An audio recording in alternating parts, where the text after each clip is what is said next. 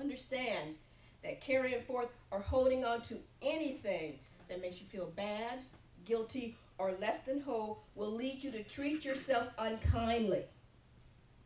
That distorts love of self, and that eventually leads to not respecting self. Unacceptable. Let me ask you something.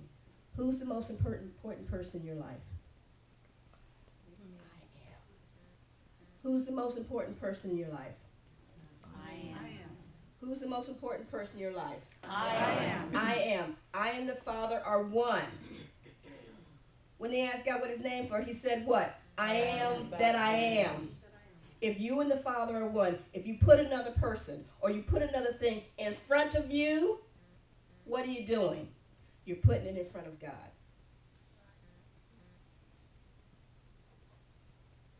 Exodus 20, 10 commandments. First commandment is what?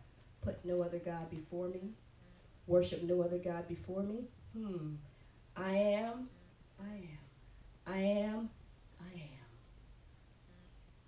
Now you understand the first commandment. I just saw the light bulbs go off. It was like, I got it. Now you understand what that means. As light workers, as metaphysicians, we cannot bury our heads in the sand.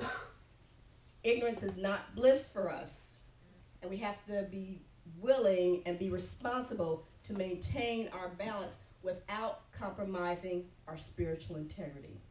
But let me tell you this, if you don't love self, if you don't respect self, guess what you've done?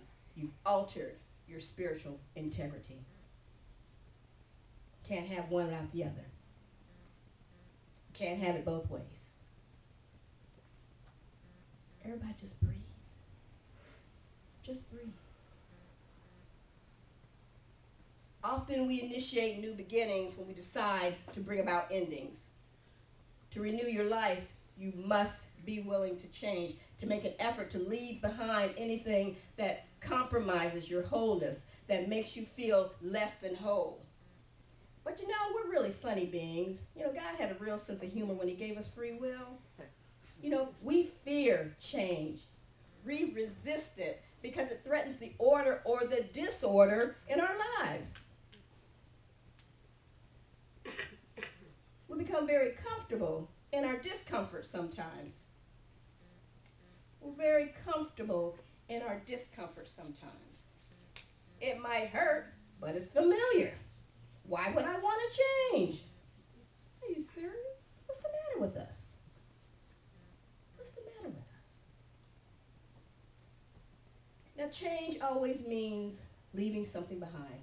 Person, place, or thing. Whatever it is. Change. But breaking with the past causes us to question deeply. And then it makes us do the work of recreating our lives. By our rules, not by someone else's. I tell people all the time, is that your truth or the truth that someone's trying to shove down your throat? You have to figure out what's your truth. Where do you stand? Stand for something, or you'll do what? Fall for anything. Know that the universe rushes to support you whenever you make an effort to move forward. Anytime you seek to be in harmony with life, to make yourself feel more whole, blessings from God just flow towards you, to uplift you, to encourage you, because life is biased on the side of supporting itself. Life is biased on the side of supporting itself. And I guarantee you won't be dropped on your head when you decide enough is enough. Enough is enough.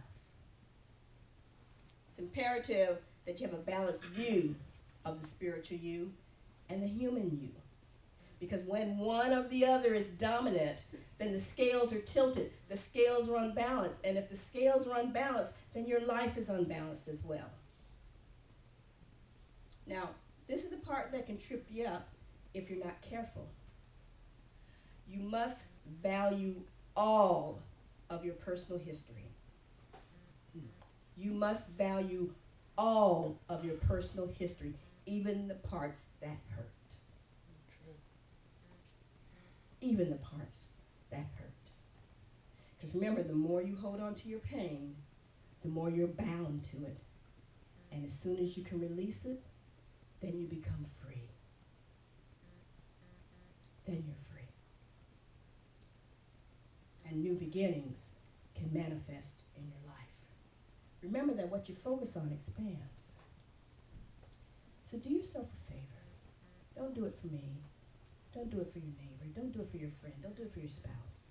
Do yourself a favor. Make a commitment to self for the new year. Grab on to new beginnings and move forth in your life. And so it is.